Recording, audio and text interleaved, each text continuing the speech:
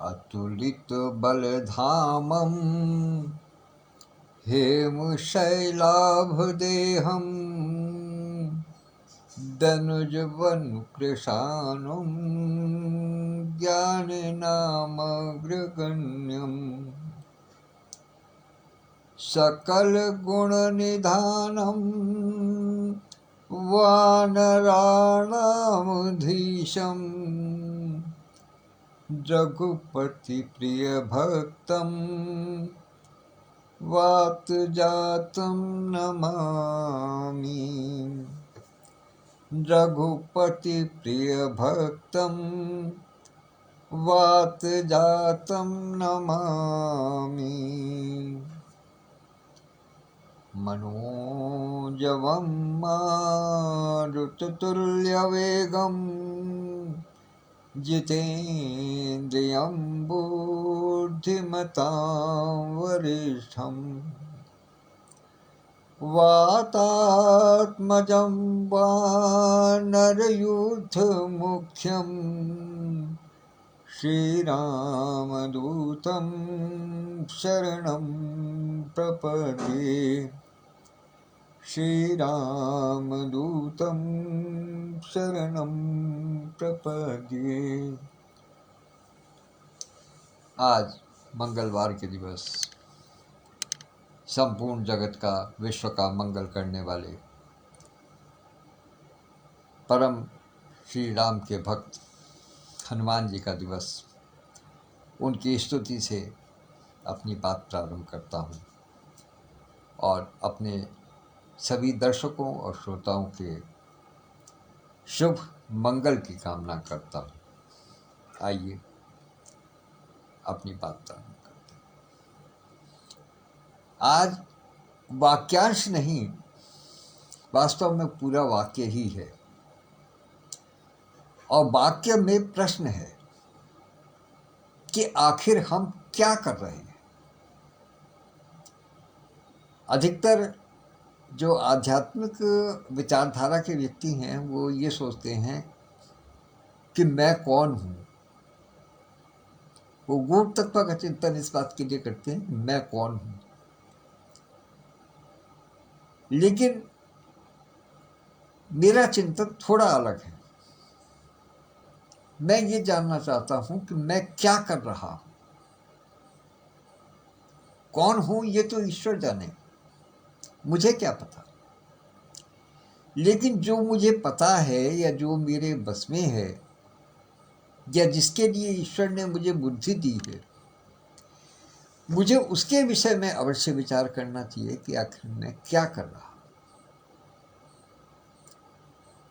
ईश्वर ने मुझे बुद्धि दी कि कुछ लेखन करूं, तो लेखन किस प्रकार का कर रहा हूं। मुझे हाथ दिए कुछ कर्म करने के लिए, तो कर्म किस प्रकार के कर रहा हूं। मुझे पेट दिया भरने के लिए, शरीर के परिचालन के लिए, शरीर के संचालन के लिए, तो मैं उसमें क्या भर रहा हूं। मेरा उद्देश्य क्या है इस संसार में, मेरी उपयोगिता क्या है। अपने उद्देश्य को एक बार छोड़ भी दिया जाए तो ये सोचना बहुत आवश्यक है कि आखिर मेरी उपयोगिता क्या है इस संसार में। यदि मैं लेखन में हूं तो लेखन किस प्रकार का कर रहा हूं। क्या मेरा लेखन स्वांतः सुखाय है। 3 प्रकार के लेखन होते हैं मुख्य रूप से। एक स्वांतः सुखाय जो गोस्वामी तुलसीदास जी ने किया, सूरदास जी ने किया, और स्वांतः सुखाय था। मीराबाई ने किया स्वांतः सुखाय। उनको किसी से कोई मतलब नहीं, वो केवल अपने अंदर के आनंद के लिए उन्होंने साहित्य रचा।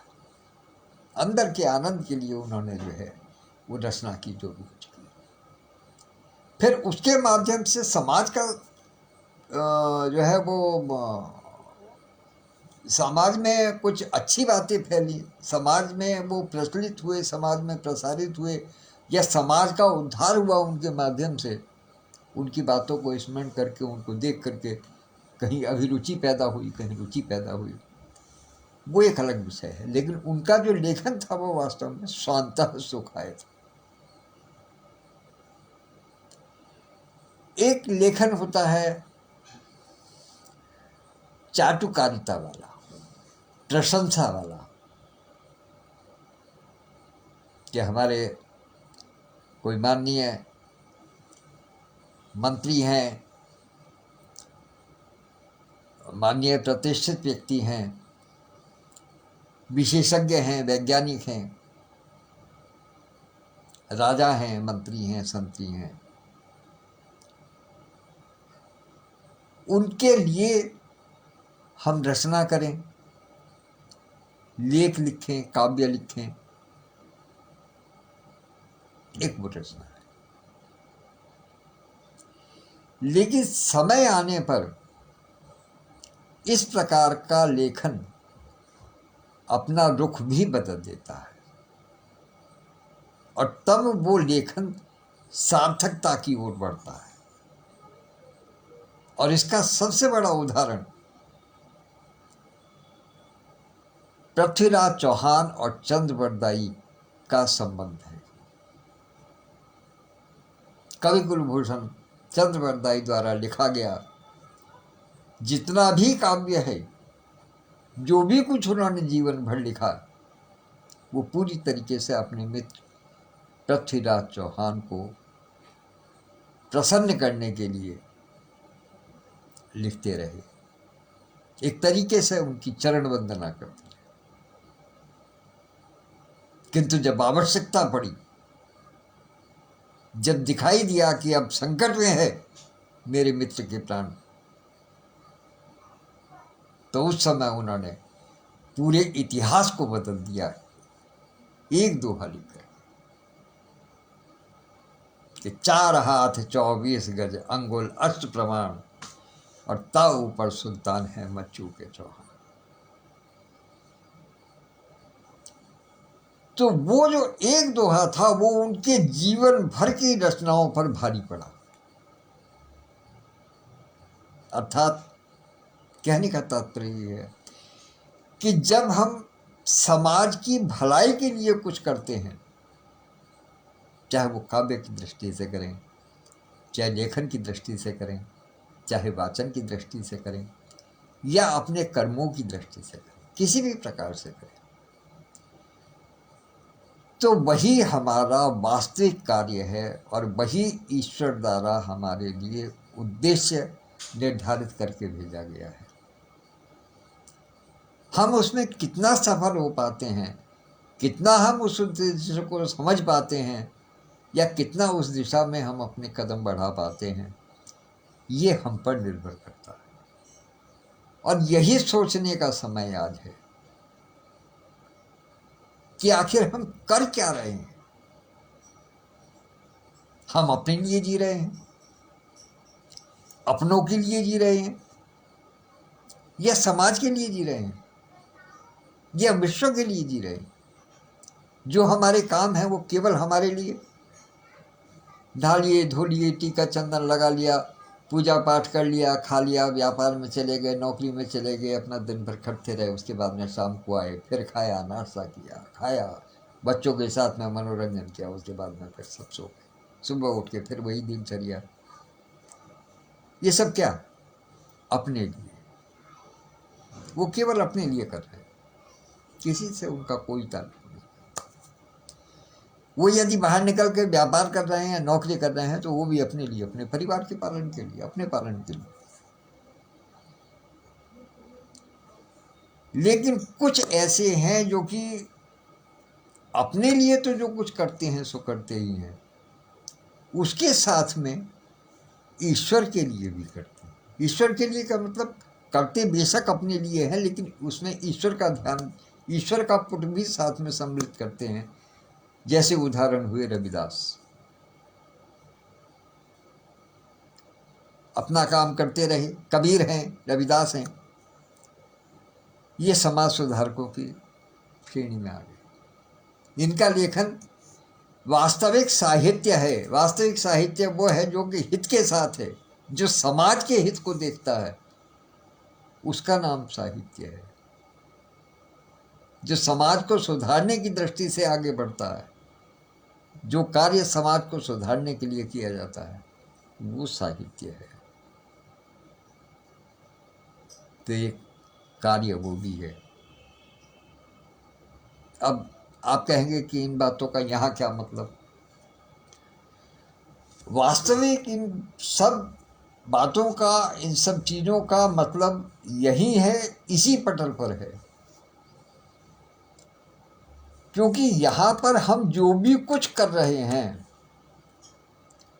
वो ये सोच करके कर रहे हैं कि हमें समाज के लिए कुछ करना है, अपने लिए कुछ नहीं है। अपना केवल अधिक से अधिक इतना हो सकता है कि आपकी हमारी पहचान हो गई, आपसे हमारा मिलना हो गया, आपकी हमारी बातचीत हो गई, आपस में लगाव हो गया, एक बहन भाई का संबंध हो गया, मेल मुलाकात हो गई, वो सब अपने आप में ठीक है। उसको हम एक प्रकार से ही कह सकते हैं कि वो अपना स्वांतः सुखाय है। लेकिन जो मूल धर्म है हमारा, जो मूल जो कर्म है इस पटल पर आने का, या इस पटल पर बैठने का, या इस पटल पर अपने विचार देने का, वो मूल कारण यही है कि हम यहाँ केवल और केवल समाज की सेवा के लिए उपस्थित हुए। इसके अतिरिक्त और कुछ नहीं। हमारा मंतव्य और कुछ है ही नहीं।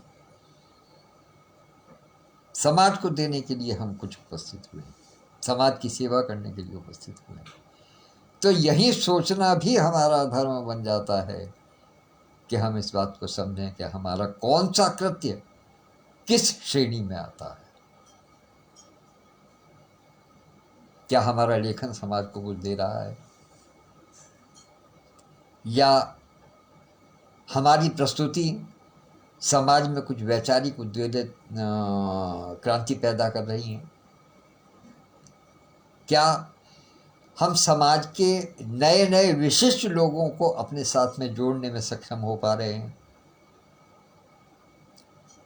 जोड़ना केवल अर्थ का नहीं है, जोड़ना वैचारिक भी है। यदि किसी कारण से मेरे पास कोई संपर्क बन जाता है और मैं इस मामले में सक्षम हो जाता हूं कि देश के जो जाने माने साहित्यकार हैं उनसे मेरा संपर्क हो जाए और वो मुझ पर अनुकंपा कर दें कि वो पटल पर आकर के मेरे साथ दो बात कर लें, या पटल को अपनी गरिमामय उपस्थिति से शोभायमान कर दें, तो ये पटल के लिए एक बहुत बड़ी बात होगी। पटल की प्रसिद्धि के लिए और पटल के विस्तार के लिए बहुत बड़ी बात होगी। और मैं समझता हूँ कि हम सब में से जितने भी यहाँ साहित्यकार बंधु हैं, उनका ये विशेष रूप से धर्म है, जो कि उनके संपर्क में बहुत लोग हैं, एक से एक बड़े नामी व्यक्ति हैं। लेकिन क्या है कि हम उस ओर प्रयास नहीं कर पाते हैं। जो यथेष्ट प्रयास की आवश्यकता है हम वो नहीं कर पा रहे हैं। इसलिए हम केवल एक सीमा में बंद कर रह गए हैं कि अमुक मीट सदस्य है, अमुक मीट सदस्य है, अमुक मीट सदस्य है। हमें अपनी बात कहनी है, अपनी बात सुननी है, अपनी बात बखाननी है, और उसके बाद में दिन पूरा करके शाम को अपने घर पर बैठ करके सो जाना। हम ये विचार किस दिन करेंगे कि आखिर हमने क्या किया है आज दिन में? हमें इस विचार को अवश्य करना चाहिए। जीवन का एक सिद्धांत है कि यदि आप ईश्वर को मानते हैं, मैं उन्हीं की बात कर रहा हूं, यदि आप ईश्वर को मानते हैं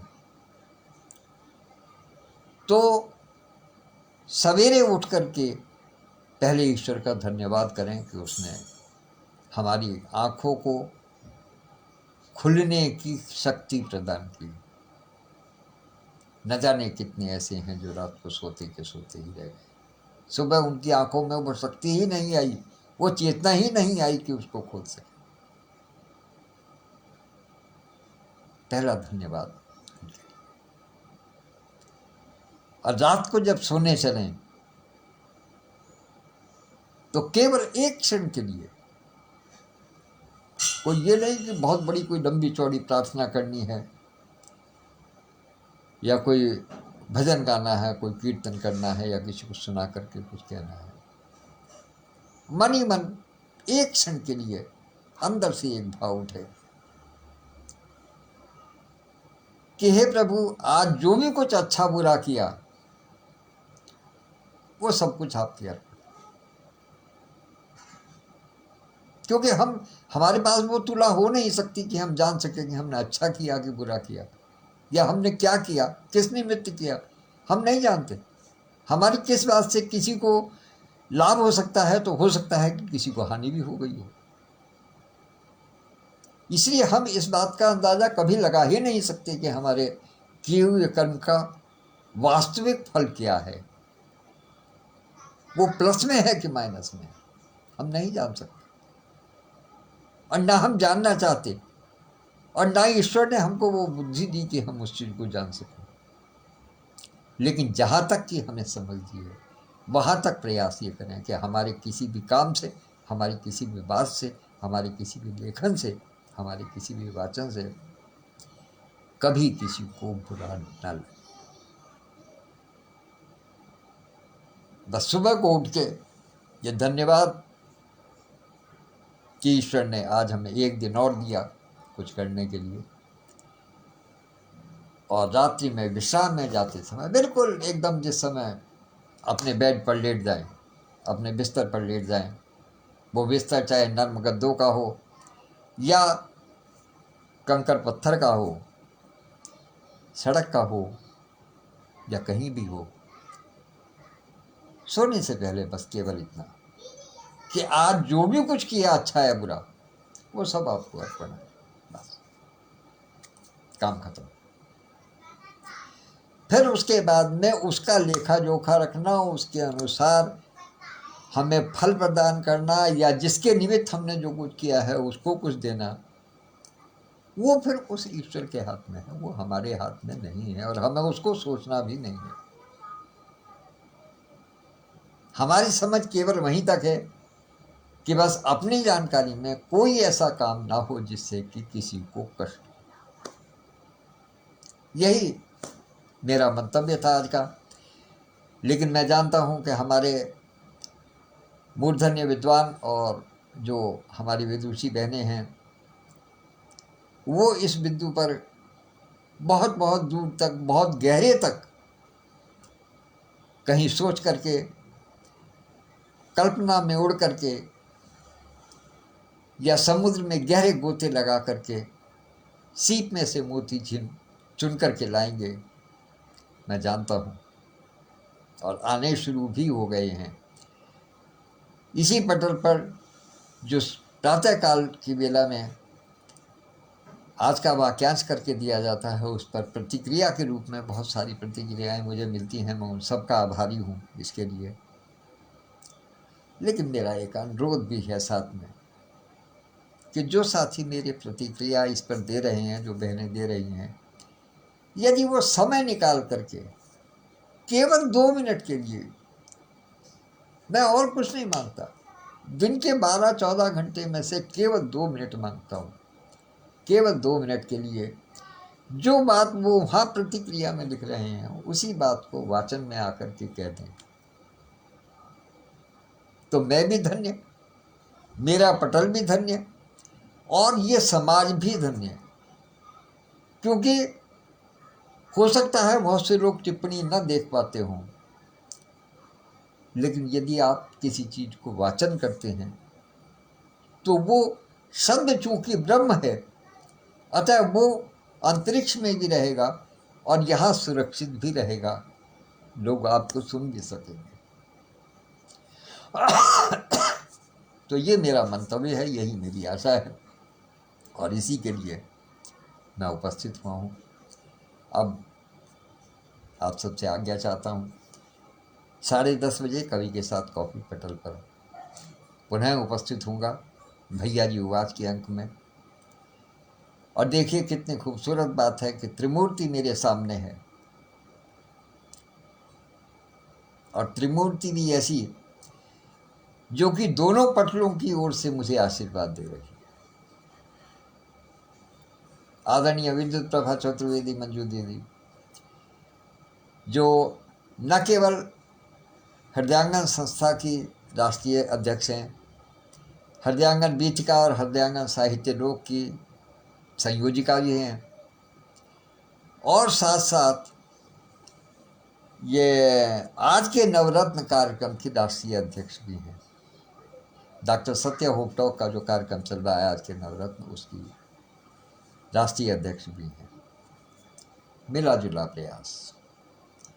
आदरणीय डॉक्टर सत्यप्रकाश पांडे जी, जो इस अद्भुत संसार के सूत्रधार हैं, संस्थापक हैं, लेकिन साथ साथ हृदयांगन संस्था के राष्ट्रीय उपाध्यक्ष भी हैं, अर्थात फिर गठबंधन बना हुआ है दोनों का। और दोनों को आशीर्वाद देने के लिए बड़े होने के नाते आदरणीय विधुभूषण त्रिवेदी जी, जो कि हृदयांगन संस्था के संस्थापक भी हैं, राष्ट्रीय महासचिव भी हैं,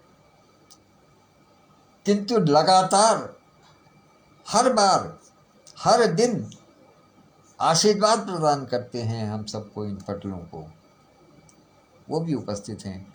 तो इस त्रिमूर्ति की उपस्थिति को सादर नमन करता हूँ, प्रणाम करता हूँ।